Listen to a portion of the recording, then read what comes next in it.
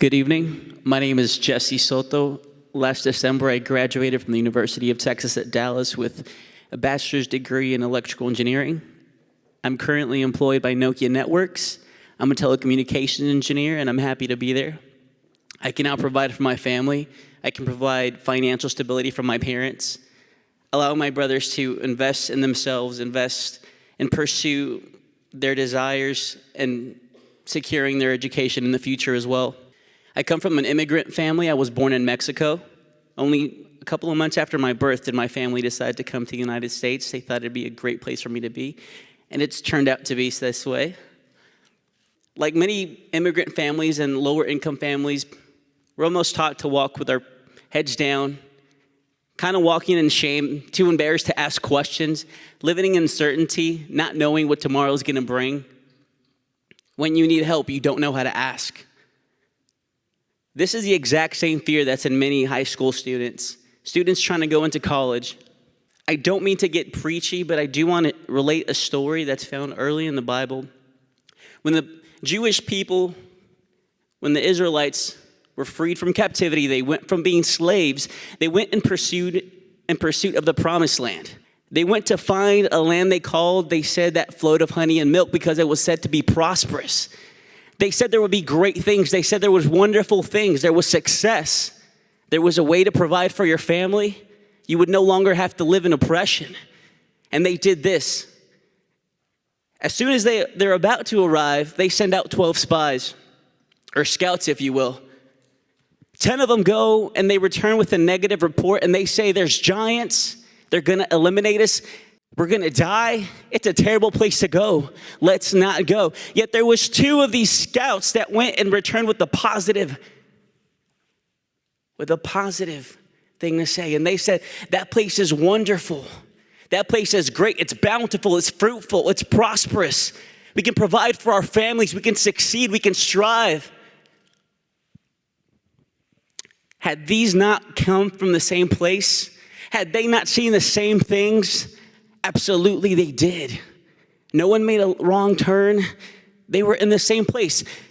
These are today's students. You have those that see the promised land in fear, and you have very few that see it as a great thing.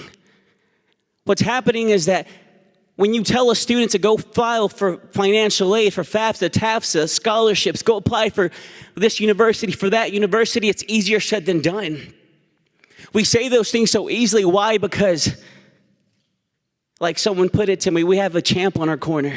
We have experience on our side. Your mother, your father, your older brother, your aunt, whatever it is, someone's telling you how to do it. Not everybody has that champ. So what's happening is when you're asking a senior or a junior to start thinking about college, you're not asking them to fill out an application. You're asking him to overcome the fear. You're asking them to overcome the doubt. You're asking them to take great leaps. Leaps that even their parents couldn't overcome. Because that fear their parents lived is the same fear they instilled into their children. It's not just a piece of paper. I know that FAFSA is now online, and it's getting easier and easier.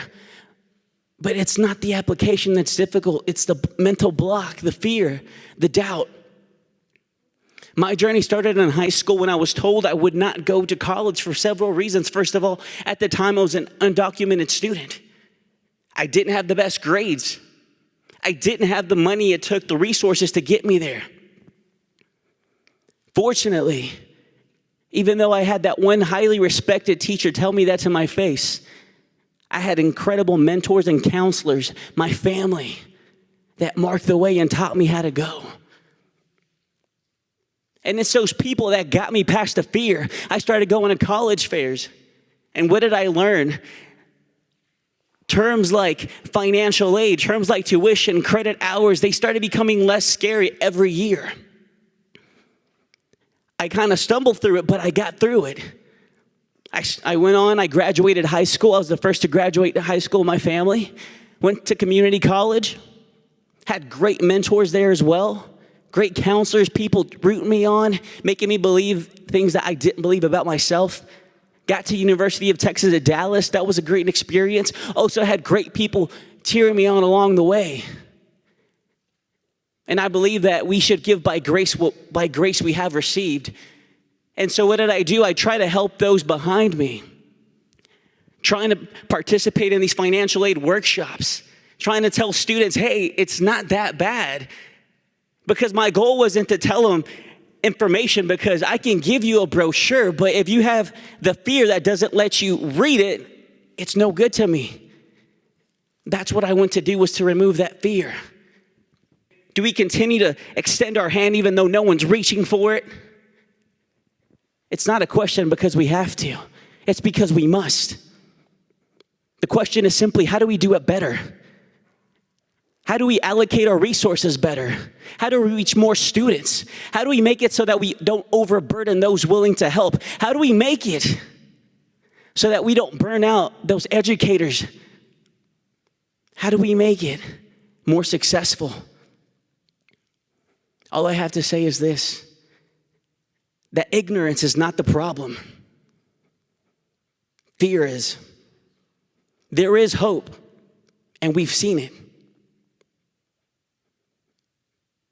Let's not take back our hand. Let's keep our hand extended. Thank you.